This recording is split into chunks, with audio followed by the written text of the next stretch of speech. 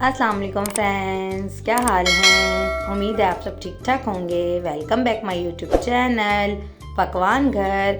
मैं बनाने जा रही हूँ साबूदाना चावल की खीर रेसिपी।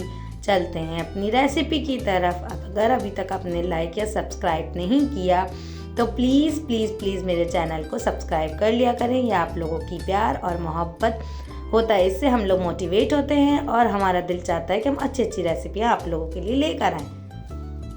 बिस्मिल्लाहिर्रहमानिर्रहीम। चलते हैं अपनी रेसिपी की तरफ। एक बाउल में आधा कप चावल ले लें और उसको ओवरनाइट भिगो लें। उसके बाद उसको ग्राइंडर में डालें और डाल करके उसको ग्राइंड कर लें। बिल्कुल बारीक पेस्ट कर दीजिएगा, इस तरह जिस तरह मैंने आपको दिखाया है। ठीक है, इस तरह चावल को बिल्कुल बारीक पेस्ट कर दीजिएगा। उसके बाद फिर एक पतीली में 2 किलो दूध ऐड कर दें। उसके बाद फिर उसको अच्छे से बॉईल कर लें। बॉईल हो जाए जब वो अच्छे से, तो उसके बाद फिर इसके अंदर 2 से 3 अदद इलायची डाल दें, छोटी इलायची। डालने के बाद इसके अंदर साबूदाना ऐड कर दें। दाना ना फूलने लगेगा। जब साबूदाना फूल जाए तो उसके अंदर चीनी ऐड कर दें। ½ kg चीनी ऐड कर दें। जब चीनी अच्छे से घुल जाए तो उसके बाद फिर इसके बाद इससे अच्छे से चीनी को हल कर लें। जब चीनी अच्छे से हल हो जाए, साबूदाना फूलने लगे, देखें साबूदाना नज़र आ रहा है ना फूलता हुआ, देखें सामने से।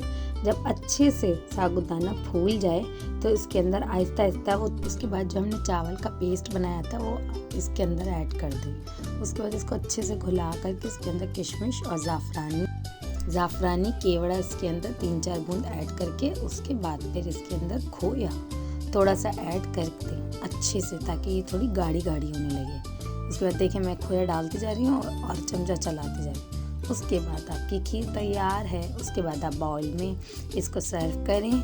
उसके बाद इसके अंदर ड्राई मेवा डाल दें कूट करके। और डालने के बाद देखिए कितनी अच्छी मज़ेदार, इसको जमाने रख दें। उसके बाद फिर जब ये जम जाए तो फिर इसको मज़े से खाएं। फिर आप खुद टेस्ट देखिएगा कितना मज़े का होगा। मुझे कमेंट्स में ज़रूर बताइएगा कि आपको ये खीर कैसी लगी, और ट्राई भी ज़रूर कीजिएगा।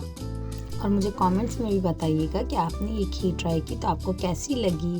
प्लीज़ अगर अभी तक आपने मेरा चैनल सब्सक्राइब नहीं किया तो प्लीज़ कर लें, आप लोगों की मोहब्बत और प्यार होता है।